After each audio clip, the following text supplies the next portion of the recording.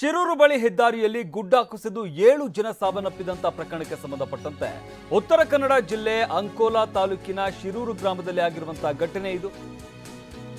ಸ್ಥಳಕ್ಕೆ ಡಿಸಿ ಲಕ್ಷ್ಮೀಪ್ರಿಯಾ ಹಾಗೆ SP M Narayana ಭೇಟಿಯನ್ನು ನೀಡಿದ್ದಾರೆ.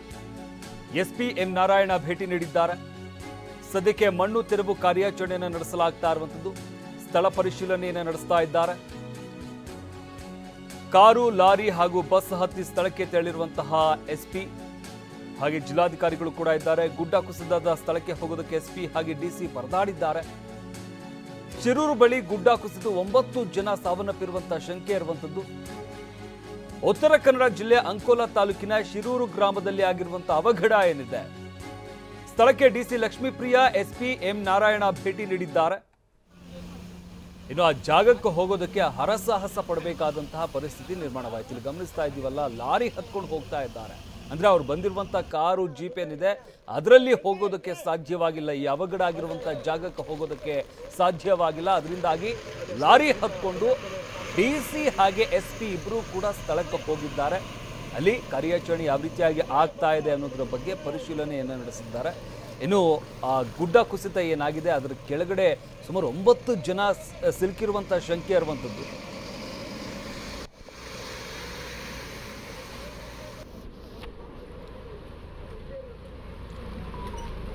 ಗಮನಿಸ್ತಾ ಇದ್ದೀವಲ್ಲ, ಒಂದ್ ಕಡೆ ಲಾರಿಲಿ ಹೋಗ್ತಾ ಇದ್ರು. ಅಂದ್ರೆ ಯಾವ ವಾಹನ ಎಲ್ಲಿವರೆಗೂ ಹೋಗುತ್ತೋ ಅಲ್ಲಿವರೆಗೂ ಹೋಗುವಂಥದ್ದು, ಅದಾದ ನಂತರ ಲಾರಿಲಿ ಹೋಗುವಂಥದ್ದು, ಬಸ್ಸಲ್ಲಿ ಹೋಗುವಂಥದ್ದು, ಈ ರೀತಿಯಾಗಿ ಹೋಗಿರುವಂಥದ್ದು. ಇಲ್ಲಿ ಗಮನಿಸ್ತಾ ಇದ್ದೀವಲ್ಲ, ಬಸ್ಸಲ್ಲಿ ಕೂಡ ಹತ್ಕೊಂಡು ಹೋಗಿದ್ದಾರೆ.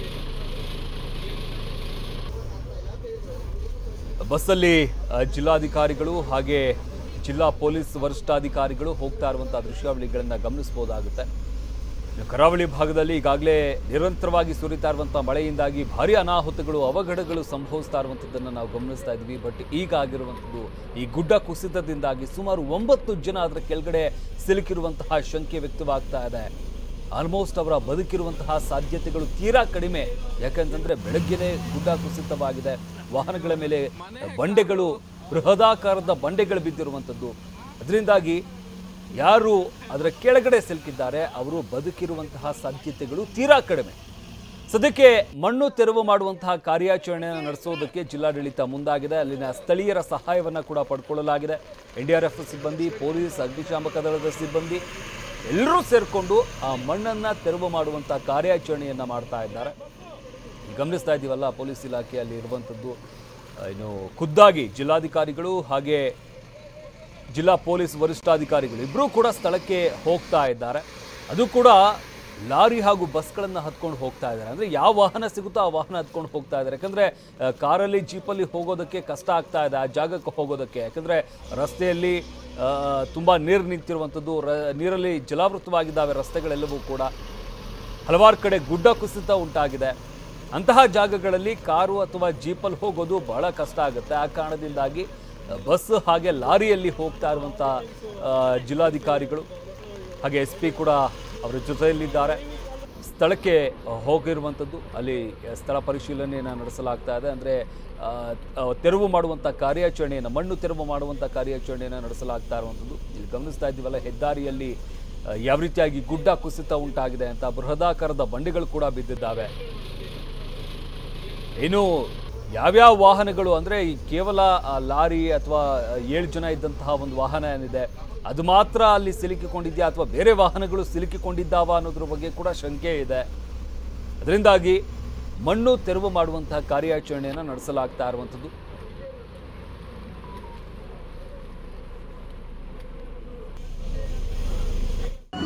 ಮಣ್ಣು ಕುಸಿದೇ ಗೊತ್ತಾಗಲಿಲ್ಲ ನಮಗೆ. ಆ ಗಾಡಿ ನಡೆಸ್ತಿದ್ದೇವೆ, ಗಾಡಿ ಡ್ರೈವರ್ ಏನಂದ, ಅದು ಏನು ಆಗ್ತಿದಂದ, ಮಣ್ಣು ಕುಸಿದೆ ಇದ್ದವಣ, ಗಾಡಿ ರಿವರ್ಸ್ ಹಾಕಂದೆ. ಪಟ್ಟಣ ಗಾಡಿ ರಿವರ್ಸ್ ಹಾಕ್ಬೇಕಾರೆ ನಮ್ಮ ಗಾಡಿ ಬಂದು ಮಣ್ಣು ನೋಡಿತ್ತು. ಮಣ್ಣು ನೋಡ್ದದ್ದೇ ನಾವು ಗಾಡಿ ಸ್ಟೇರಿಂಗ್ ತಿರ್ಸ್ಕೊಂಡು ಮತ್ತೆ ಸೀದಾ ಮಾಡಿಟ್ಟವ ಪೂರ ಬಂದು ಹೊಡೆದದ್ದೇ. ಆ ಬದಿ ಇಳ್ಕೊ ಬಂದ್ರು. ಇಲ್ಲೇ ಬಸ್ಸೆಲ್ಲ ನಿಂತ್ಕೊಂಡಿತ್ತು, ಅವರಿಗೆಲ್ಲ ಕಳ್ಸೋದು, ಹೆಣ್ಮಕ್ಳೆಲ್ಲ ನಿಂತಿದ್ರು. ಆ ಬದಿ ಒಂದು 4-5 ಗಾಡಿ ನಿಂತಿತ್ತು, ಚಾಕುಡು ನಿಂತದ್ದು. ಡ್ರೈವರು, ಈ ಟ್ಯಾಂಕರ್ ಡ್ರೈವರು ಅಲ್ಲೇ ಇದ್ದ, ಇವನು ಇಲ್ಲ. ಈಗ ಹೋಟೆಲ್ ಗಿಟೆಲ್ ಎಲ್ಲ ತೊಳ್ಕೊಂಡು ಹೋಗೋದು ಕಣ್ಣಿಂದ. ಇಲ್ಲೆಲ್ಲ ಹೊಡ್ತಾ ಬಿದ್ದದ ಇದೆ, ಒಂದು ಹೊಡೆದದ. ಏನು ಮಾಡೋದು ಬರಲ್ಲ ನಮ್ಮ ಜನಕ್ಕೆ. ಮಣ್ಣು ಕುಸಿದೇ ಗೊತ್ತಾಗಲಿಲ್ಲ ನಮಗೆ. ಆ ಗಾಡಿ ನಡೆಸ್ತಿದ್ದೇವೆ, ಗಾಡಿ ಡ್ರೈವರ್ ಏನಂದ, ಅದು ಏನು ಆಗ್ತಿದಂದ, ಮಣ್ಣು ಕುಸಿದೆ ಇದ್ದವಣ, ಗಾಡಿ ರಿವರ್ಸ್ ಹಾಕಂದೆ. ಪಟ್ಟಣ ಗಾಡಿ ರಿವರ್ಸ್ ಹಾಕ್ಬೇಕಾರೆ ನಮ್ಮ ಗಾಡಿ ಬಂದು ಮಣ್ಣು ನೋಡಿತ್ತು. ಮಣ್ಣು ನೋಡ್ದೆ ನಾವು ಗಾಡಿ ಸ್ಟೇರಿಂಗ್ ತಿರ್ಸ್ಕೊಂಡು ಮತ್ತೆ ಸೀದಾ ಮಾಡಿಟ್ಟು. ಈ ಬಗ್ಗೆ ಮತ್ತಷ್ಟು ಮಾಹಿತಿ ನೀಡ್ತಾರೆ ನಮ್ಮ ಪ್ರತಿನಿಧಿ ಸೂರಜ್. ನಾವು ಗಮನಿಸ್ತಾ ಇದ್ದೀವಿ, ಖುದ್ದಾಗಿ ಜಿಲ್ಲಾಧಿಕಾರಿಗಳು ಹಾಗೆ ಜಿಲ್ಲಾ ಪೊಲೀಸ್ ವರಿಷ್ಠಾಧಿಕಾರಿಗಳು ಅಲ್ಲಿ ಸಿಗುವಂತ ಬಸ್ಸು ಲಾರಿ ಹತ್ಕೊಂಡು ಅವಘಡ ಆಗಿರುವಂತ ಜಾಗಕ್ಕೆ ಹೋಗ್ತಾ ಇದ್ದಾರೆ ಅಂತ ಅನ್ನೋದು ಗೊತ್ತಾಗ್ತಾ ಇರುವಂತದ್ದು. ಹಾಗಾದ್ರೆ ಕಾರ್ಯಾಚರಣೆ ಯಾವ ರೀತಿಯಾಗಿ ನಡೀತಾ ಇದೆ, ಆ ಜಾಗಕ್ಕೆ ತಲುಪಿದ್ದಾರಾ ಜಿಲ್ಲಾಧಿಕಾರಿಗಳು, ಹೇಗೆ?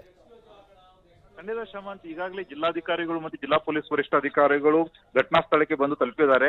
ಆದ್ರೆ ಮಳೆಯ ಅಬ್ಬರ ಕ್ಷಣಕ್ಕೂ ಹೆಚ್ಚಿಗೆ ಆಗ್ತಾ ಇದೆ. ಆ ಹಿನ್ನೆಲೆಯಲ್ಲಿ ಅಲ್ಲಿ ರೆಸ್ಕ್ಯೂ ಕಾರ್ಯಾಚರಣೆ ಮಾಡುವುದಕ್ಕೆ ಬಹಳಷ್ಟು ಸಮಸ್ಯೆ ಆಗ್ತಾ ಇದೆ. ಯಾಕಂದ್ರೆ ಪೂರ್ತಿಯಾಗಿ ಮಣ್ಣು ಇರುವುದರಿಂದ ಈಗಾಗಲೇ ಧಾರಾಕಾರವಾಗಿ ಮಳೆ ಸುರಿತಾ ಇದೆ.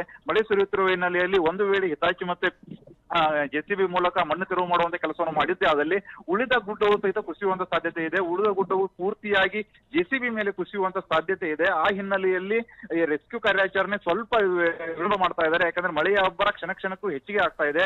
ಆದ್ರೆ ಇನ್ನೂ 2-3 ದಿನಗಳ ಕಾಲ ಮಳೆಯ ಅಬ್ಬರ ಮುಂದುವರಿಯಲಿದೆ ಅಂತಾನೂ ಸಹಿತ ಹವಾಮಾನ ಇಲಾಖೆ ಹೇಳಿದೆ. ಹಾಗಾಗಿ ರೆಸ್ಕ್ಯೂ ಕಾರ್ಯಾಚರಣೆ ಯಾವ ರೀತಿಯಾಗಿ ಮಾಡಬೇಕು ಎಂಬುದು ಸಹಿತ ಜಿಲ್ಲಾಡಳಿತಕ್ಕೆ ಒಂದು ದೊಡ್ಡ ಪ್ರಶ್ನೆಯಾಗಿದೆ. ಹಾಗಾಗಿ ಈಗಾಗಲೇ NDRF ತಂಡದವರು ಸಹಿತ ಬಂದಿದ್ದಾರೆ. ಅವರು ಸಹಿತ ಕೆಲವು ಸಜೆಷನ್ಗಳನ್ನು ಕೊಡ್ತಾ ಇದ್ದಾರೆ. ಆದ್ರೆ ಸಜೆಷನ್ ಪ್ರಕಾರ ಇಲ್ಲಿರುವಂತ ಗುಡ್ಡು, ಇಲ್ಲಿ ಈ ಘಟನಾ ಸ್ಥಳದಲ್ಲಿರುವಂತಹ ಪರಿಸ್ಥಿತಿಯನ್ನು ನೋಡಿದ್ರೆ NDRF ದವರಿಗೆ ಸಹಿತ ಆತಂಕ ವ್ಯಕ್ತವಾಗ್ತಾ ಇದೆ. ಯಾಕೆಂದ್ರೆ ಗುಡ್ಡ ಯಾವಾಗ ಕುಸಿದು ಅಲ್ಲಿರುವಂತಹ ರಕ್ಷಣಾ ಸಿಬ್ಬಂದಿಗಳ ಮೇಲೆ ಬೀಳುತ್ತೆ ಎಂಬುದು ಸಹಿತ ಆತಂಕ ವ್ಯಕ್ತವಾಗ್ತಾ ಇದೆ. ಆ ಹಿನ್ನೆಲೆಯಲ್ಲಿ ಸ್ವಲ್ಪ ಡಿಲೇ ಆಗ್ತಾ ಇದೆ. ಅಷ್ಟೇ ಅಲ್ಲದೆ ಗುಡ್ಡದ ಕುಸಿದ ಅಬ್ಬರ ಎಷ್ಟಿತ್ತಂದ್ರೆ ಗುಡ್ಡ ಕುಸಿದ ಬರ ರಸ್ತೆಗಷ್ಟೇ ಅಲ್ಲದೆ ಕೆಳಗಿರುವ ನದಿಗೂ ಸಹಿತ ಅಲ್ಲಿನ ಅಂಗಡಿ ಇತ್ತು, ಟೀ ಅಂಗಡಿ ಪೂರ್ತಿಯಾಗಿ ನದಿಗೆ ಬಿದ್ದಿದೆ.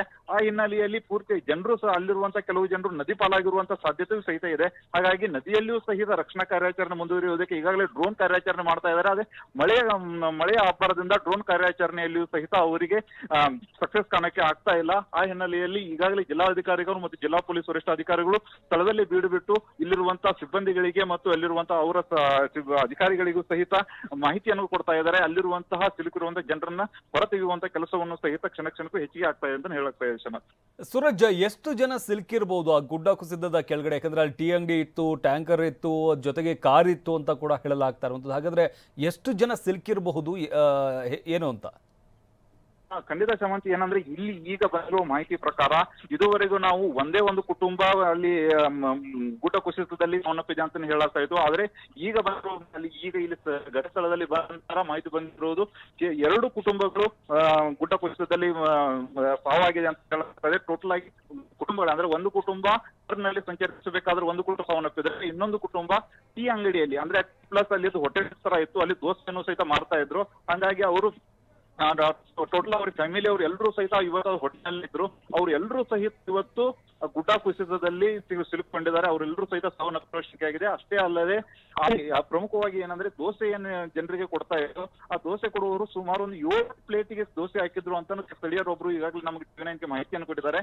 ಆ 7 ಪ್ಲೇಟ್ ಅಂದ್ರೆ ಸುಮಾರು ಒಂದು 10 + 7 17. ಅಷ್ಟೇ ಅಲ್ಲದೆ ಟೀ ಅಂಗಡಿಯ ಹೊರಗಡೆ ಅಲ್ಲಿ ಟೀ ಕುಡಿಯೋಕೆ ಮತ್ತೆ ಸಿಗರೇಟ್ ಕುಡಿಯೋಕೆ ಅಂತ ಸುಮಾರು ಒಂದು 4-5 ಜನ ನಿಂತಿದ್ರು. ಸುಮಾರು ಒಂದು 20 ಜನ ಮೃತಪಟ್ಟಿರುವಂತಹ ಶಂಕೆ ವ್ಯಕ್ತವಾಗ್ತಾ ಇದೆ. ಆ ಹಿನ್ನೆಲೆಯಲ್ಲಿ ರಕ್ಷಣಾ ಕಾರ್ಯಾಚರಣೆಯು ಸಹಿತ ಮಾಡುವುದಕ್ಕೆ ವಿಳಂಬ ಆಗ್ತಿರುವ ಹಿನ್ನೆಲೆಯಲ್ಲಿ ಜನರಲ್ಲಿ ಆತಂಕ ಮನೆ ಮಾಡಿದೆ. ಅಷ್ಟೇ ಅಲ್ಲದೆ ಸಾವನ್ನಪ್ಪಿರುವ ಕುಟುಂಬಸ್ಥರ ಪರವಾಗಿ ಮಾತನಾಡಲಿಕ್ಕೂ ಸಹಿತ ಜನ ಇಲ್ಲದಂತಹ ಪರಿಸ್ಥಿತಿ ಆಗಿದೆ. ಯಾಕಂದ್ರೆ ಅವರೆಲ್ಲ ಕುಟುಂಬವೇ ಅಲ್ಲಿ ನಾಶವಾಗಿದೆ. ಅಷ್ಟೇ ಅಲ್ಲದೆ ಪ್ರಮುಖವಾಗಿ ಏನಂದ್ರೆ 2 LPG ಟ್ಯಾಂಕರ್ಗಳು ಇಲ್ಲಿ ಸಮಸ್ಯೆಗೊಳಗಾಗಿದೆ. ಒಂದು LPG ಟ್ಯಾಂಕರ್ ನದಿಗೆ ಉರುಳಿದ್ರೆ ಇನ್ನೊಂದು LPG ಟ್ಯಾಂಕರ್ನ ರಸ್ತೆ ಮೇಲೆ ಇದೆ. ಆದ್ರೆ ಅದು ಪೂರ್ತಿಯಾಗಿ ಗುಡ್ಡ ಕುಸಿತಗೊಂಡಿದೆ. ಹಾಗಾಗಿ ಅಲ್ಲಿರುವಂತಹ ಡ್ರೈವರ್ಗೆ ಮತ್ತೆ ಕ್ಲೀನರ್ಗೆ ಯಾವುದೇ ರೀತಿಯ ಸಮಸ್ಯೆ ಆಗಿಲ್ಲ. ಆದ್ರೆ ಒಂದು ಟ್ಯಾಂಕರ್ನ LPG ಟ್ಯಾಂಕರ್ನ ಡ್ರೈವರ್ ಮತ್ತೆ ಕ್ಲೀನರ್ ಪೂರ್ತಿಯಾಗಿ ಮಣ್ಣು ಪಾಲಾಗಿದ್ದಾರೆ ಅಂತ ಹೇಳಲಾಗ್ತಾ ಇದೆ. ಅಷ್ಟೇ ಅಲ್ಲದೆ ಇನ್ನೊಂದು ಲಾರಿಯೂ ಸಹಿತ ಮಣ್ಣು ಪಾಲಾಗಿದೆ. ಹಾಗಾಗಿ ಇಲ್ಲಿ ಸಾವಿನ ಸಂಖ್ಯೆ ಇನ್ನೂ ಹೆಚ್ಚಿಗೆ ಆಗಬಹುದೆಂಬ ಆತಂಕ ಇಲ್ಲಿರುವಂತಹ ಜನರು ಹೇಳಿರುವಂತ ಮಾತಿನಿಂದ ವ್ಯಕ್ತವಾಗ್ತಾ ಇದೆ. ಶಮಂತ್, ಸೂರಜ್, ನಾವು ಗಮನಿಸ್ತಾ ಇದ್ವಿ, DC ಇರ್ಬೋದು, SP ಇರ್ಬೋದು, ಲಾರಿ ಹತ್ಕೊಂಡು ಬಸ್ ಹತ್ಕೊಂಡೆಲ್ಲ ಆ ಜಾಗಕ್ಕೆ ಹೋಗ್ತಾ ಇದ್ದಾರೆ. ಅಂದ್ರೆ ಆ ಜಾಗಕ್ಕೆ ಹೋಗೋದಕ್ಕೆ ಅಷ್ಟು ಕಷ್ಟ ಆಗ್ತಾ ಇದೆಯಾ, ಹೇಗೆ ಅಂತ? ಶಮಂತ್, ಏನಂದ್ರೆ ಉತ್ತರ ಕನ್ನಡ ಜಿಲ್ಲೆಯಲ್ಲಿ ನಿನ್ನೆಯಿಂದ ನಿರೀಕ್ಷೆಗೂ ಮೀರಿ ಹೆಚ್ಚಿಗೆ ಮಳೆ ಬಿದ್ದಿದೆ.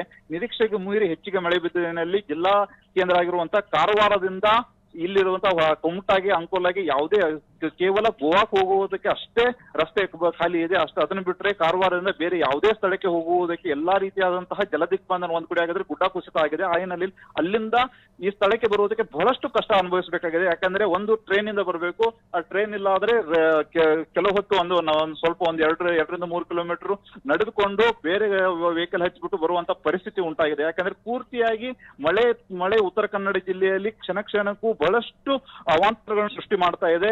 ಕೇವಲ ಇವತ್ತು ಬೆಳಗ್ಗೆಯಿಂದ ಅವಾಂತರಗಳನ್ನು ಸೃಷ್ಟಿ ಮಾಡ್ತಾ ಇತ್ತು, ಆದ್ರೆ ಮಧ್ಯಾಹ್ನ ಈ ಗುಡ್ಡ ಕುಸಿತ ಆದ ಹಿನ್ನೆಲೆಯಲ್ಲಿ ಸಾವನ್ನಪ್ಪಿರುವ ಹಿನ್ನೆಲೆಯಲ್ಲಿ ಅಲ್ಲಿರುವಂತಹ ಜಿಲ್ಲಾಡಳಿತ ಎಲ್ಲವೂ ಸಹಿತ ಈ ಸ್ಥಳಕ್ಕೆ ಬರುವುದಕ್ಕೆ ಬಹಳಷ್ಟು ಹರಸಾಹಸ ಪಡಬೇಕಾಯಿತು. ಶಮಂತ್. ಎಸ್ ಸೂರಜ್, ಹಾಗೆ ಸಂಪರ್ಕದಲ್ಲಿರಿ, ನಿಮ್ಮಿಂದ ಮತ್ತಷ್ಟು ಮಾಹಿತಿಯನ್ನ ಪಡ್ಕೊಳ್ತಾ ಹೋಗ್ತೀವಿ. ಗುಡ್ಡ ಕುಸಿತದಲ್ಲಿ ಸಿಲುಕಿರೋದು 9 ಮಂದಿ ಅಲ್ಲ, 20 ಮಂದಿ. 2 ಕುಟುಂಬ ಸೇರಿ 20 ಜನ ಮಣ್ಣಿನ ಅಡಿ ಸಿಲುಕಿರುವಂತಹ ಶಂಕೆ ವ್ಯಕ್ತವಾಗ್ತಾ ಇದೆ. ಮನೆ, ಅಂಗಡಿ, ಕಾರ್ನಲ್ಲಿದ್ದವರು ಸೇರಿದಂತೆ ಒಟ್ಟು 20 ಜನ ಇದ್ರ. ಹಾಗಾದ್ರೆ ಘಟನೆ ಸಮಯದಲ್ಲಿ 20ಕ್ಕೂ ಹೆಚ್ಚು ಜನ ಇದ್ದ ಬಗ್ಗೆ ಮಾಹಿತಿ ಲಭ್ಯವಾಗ್ತಾ ಇದೆ. ಗುಡ್ಡ ಕುಸಿತದಲ್ಲಿ ಸಿಲುಕಿರೋದು 9 ಮಂದಿ ಅಲ್ಲ, 20 ಮಂದಿ. ಎಸ್, ನಮ್ಮ ಪ್ರತಿನಿಧಿ ಕೂಡ ಈ ವಿಚಾರಕ್ಕೆ ಸಂಬಂಧಪಟ್ಟಂತೆ ಮಾಹಿತಿಯನ್ನ ನೀಡ್ತಾ ಇದ್ರು. ಅಂದ್ರೆ ಅಲ್ಲಿ ಕಾರ್ನಲ್ಲಿ ಹೋಗಿರುವಂತದ್ದು ಮಾತ್ರ ಅಲ್ಲ, ಅಲ್ಲೊಂದು ಟೀ ಅಂಗಡಿ ಇತ್ತಲ್ಲ, ಆ ಟೀ ಅಂಗಡಿ ಹತ್ರ ಬಳಿ ಬಂದಿದ್ದಂತಹ ಗ್ರಾಹಕರು ಕೂಡ ಸಾಕಷ್ಟು ಜನ ಇದ್ರು. ತಿಂಡಿ ತಿನ್ನೋದಕ್ಕೆ ಬಂದಿದ್ದಂಥವ್ರು, ಟೀ ಕುಡಿಯೋದಕ್ಕೆ ಬಂದಿದ್ದಂಥವ್ರು, ಈ ರೀತಿಯಾಗಿ ಕೇವಲ 9 ಜನ ಮಾತ್ರ ಅಲ್ಲ, ಸುಮಾರು 20 ಜನ ಆ ಮಣ್ಣಿನ ಅಡಿಯಲ್ಲಿ ಸಿಲುಕಿರುವಂತಹ ಶಂಕೆ ವ್ಯಕ್ತವಾಗ್ತಾ ಇರುವಂಥದ್ದು.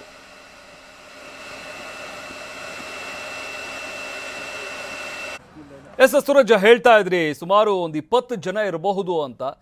ಏನ್ ಹೇಳ್ತಾರೆ ಸ್ಥಳೀಯರು ಈ ವಿಚಾರಕ್ಕೆ ಸಂಬಂಧಪಟ್ಟಂತ? ಹಾಗಾದ್ರೆ ಸ್ಥಳೀಯರು ಹೇಳುವ ಪ್ರಕಾರ ಇಲ್ಲಿ ಏನಂದ್ರೆ IRB ಅವರ ಅವೈಜ್ಞಾನಿಕ ಕಾಮಗಾರಿಯಿಂದ ಈ ಅವಾಂತರ ಆಗಿದೆ ಅಂತ ಹೇಳ್ತಾ ಇದ್ದಾರೆ. ಯಾಕೆಂದ್ರೆ IRB ಅವರು ರಸ್ತೆ ನಿರ್ಮಾಣ ಕಾಮಗಾರಿ ಮಾಡುವ ಸಂದರ್ಭದಲ್ಲಿ ಅವರು ಗುಡ್ಡವನ್ನ ನೀಟಾಗಿ ಕೊರೆಯಬೇಕಾಗಿತ್ತು. ಗುಡ್ಡ ಕೊರೆಯುವ ಸಂದರ್ಭದಲ್ಲಿ ಅವರು ನೀಟಾಗಿ ಕೊರೆದಿಲ್ಲ. ಯಾಕಂದ್ರೆ ಗುಡ್ಡ ಯಾವುದೇ ಕಾರಣಕ್ಕೂ ಎಷ್ಟೇ ಮಳೆ ಆದ್ರೂ ಸಹ ರಸ್ತೆಗೆ ಕುಸಿಯಬಾರದು ಅಂತ ಆ ವಿಚಾರ ಇಟ್ಟುಕೊಂಡು ಅವರು ರಸ್ತೆ ನಿರ್ಮಾಣ ಮಾಡಬೇಕಾಗಿತ್ತು. ಆದ್ರೆ ಅವರೆಲ್ಲರೂ ಸಹಿತ ಅವ್ರಿಗೆ ಅವರಿಗೆ ರಸ್ತೆ ನಿರ್ಮಾಣ ಮಾಡುವುದು ಒಂದೇ ಯೋಚನೆ ಇಟ್ಕೊಂಡಿದ್ದಾರೆ. ಆದ್ರೆ ಮುನ್ನೆಚ್ಚರಿಕೆ ಕ್ರಮ ಯಾವುದೇ ರೀತಿ ಅಂತ ಇಟ್ಕೊಂಡಿರ್ಲಿಲ್ಲ.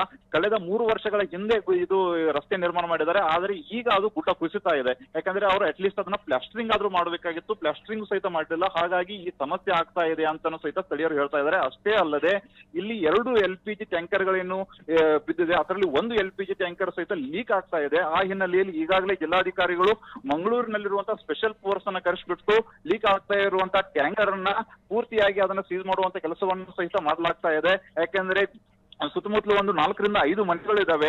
ಆ 5 ಮನೆಗಳಲ್ಲಿರುವಂತಹ ಜನರನ್ನು ಸಹಿತ ಬೇರೆ ಕಡೆ ಶಿಫ್ಟ್ ಆಗುವಂತ ಜಿಲ್ಲಾಧಿಕಾರಿಗಳು ಬೇರೆ ಅಲ್ಲಿರುವಂತಹ ತಹಶೀಲ್ದಾರರ ಮೂಲಕ ಅವರನ್ನು ಶಿಫ್ಟ್ ಮಾಡಿಸಿದ್ದಾರೆ. ಯಾಕಂದ್ರೆ ಇಲ್ಲಿ ಕ್ಷಣಕ್ಕೂ ಒಂದು ದೊಡ್ಡ ಆತಂಕವೇ ಸೃಷ್ಟಿ ಆಗ್ತಾ ಇದೆ ಅಂತ ಹೇಳ್ಬೋದಾಗಿದೆ. ಯಾಕಂದ್ರೆ ಒಂದು ಕಡೆ ಗುಡ್ಡ ಕುಸಿತ ಆಗ್ತಾ ಇದೆ, ಇನ್ನೊಂದು ಕಡೆಗೆ ಗಂಗಾವಳಿಯ ನದಿಯ ರಭಸವು ಸಹಿತ ಹೆಚ್ಚಾಗಿದೆ. ಅಷ್ಟೇ ಅಲ್ಲದೆ ಗ್ಯಾಸ್ ಲೀಕೇಜ್ ಆಗಿದೆ. ಆ ಹಿನ್ನೆಲೆಯಲ್ಲಿ ಇಲ್ಲಿ ಬಹಳಷ್ಟು ಅವಾಂತರಗಳು ಸೃಷ್ಟಿ ಆಗ್ತಾ ಇದೆ. ಆದ್ರೆ ಯಾವುದೇ ರೀತಿಯಾದಂತಹ ರಕ್ಷಣಾ ಕಾರ್ಯಾಚರಣೆ ಮಾಡುವುದಕ್ಕೆ ಸಾಧ್ಯ ಆಗದೆ ಎಲ್ಲರೂ ಕಟ್ಟಿಕೊಳ್ಳುವಂತ ಪರಿಸ್ಥಿತಿಯೂ ಸಹಿತ ಉಂಟಾಗಿದೆ ಅಂತ ಹೇಳಲಾಗ್ತಾ ಇದೆ. ಶಮನ್, ಧನ್ಯವಾದ ಸೂರಜ್, ನಿಮ್ಮೆಲ್ಲ ಮಾಹಿತಿಗಾಗಿ.